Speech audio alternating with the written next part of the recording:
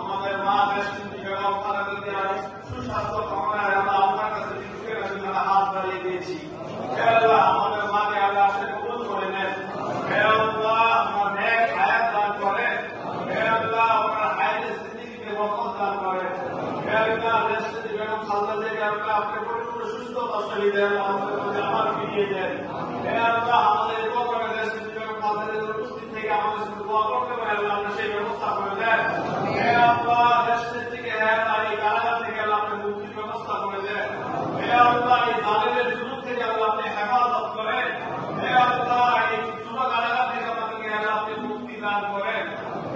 আপনাকে পরিপূর্ণ সুস্থতা করে আল্লাহ বাসায় ফিরে আসার তৌফিক দান করেন। আমরা এতগুলো সন্তান হওয়ার জন্য আপনার উপরে অনুরোধ করতেছেন, আমাদের দোয়াকে আপনি কবুল করে নেন। আমাদের মাকে আপনি পরিপূর্ণ সুস্থতা সহিত আপনাকে ফিরে আসার তৌফিক দান করেন।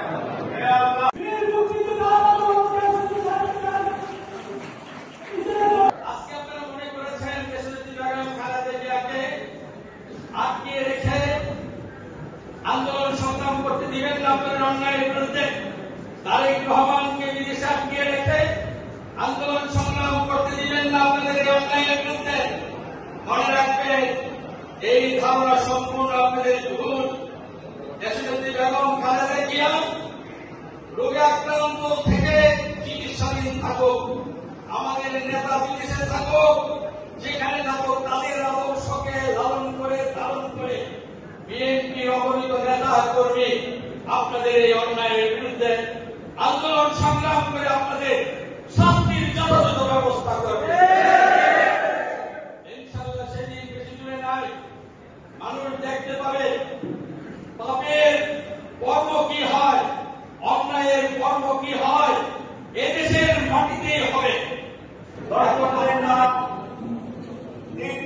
প্রধানমন্ত্রী যিনি গণতন্ত্রের লড়াই করতে, গণতন্ত্র রক্ষার লড়াই করতে গিয়ে দেশের মানুষের ভোটাধিকার, ভোট দেওয়ার যে স্বপ্ন যিনি দেখিয়েছেন মানুষকে, যিনি ভালো থাকলে বাংলাদেশ ভালো থাকে, দেশনেত্রী বেগম খালেদা জিয়া আজকে মৃত্যুর সাথে পাঞ্জা লড়ছেন। আজকে তিনি সিসিউতে আছেন, উনি সংকটাপন্ন অবস্থায় আছেন। দেশনেত্রী বেগম খালেদা জিয়া ভালো থাকলে বাংলাদেশ ভালো থাকে। বন্ধুগণ, আজকে বাংলাদেশ কি ভালো আছে? আজকে বাংলাদেশের অর্থনৈতিক অবস্থা, বেতনকে লুট করা হয়েছে।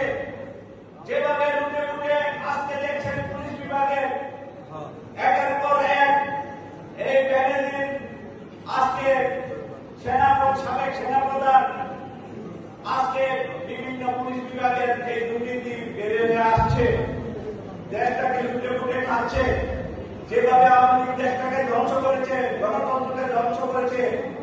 আমাদের দেশটা তারেক রহমান বাংলাদেশের মানুষকে স্বপ্ন দেখিয়েছেন, ভোট দেওয়ার স্বপ্ন দেখিয়েছেন, বাংলাদেশের গণতন্ত্র উদ্ধার করার স্বপ্ন দেখিয়েছেন। এদেশের থেকে দুর্নীতির মূল উৎপাদনের স্বপ্ন মানুষকে দেখিয়েছেন।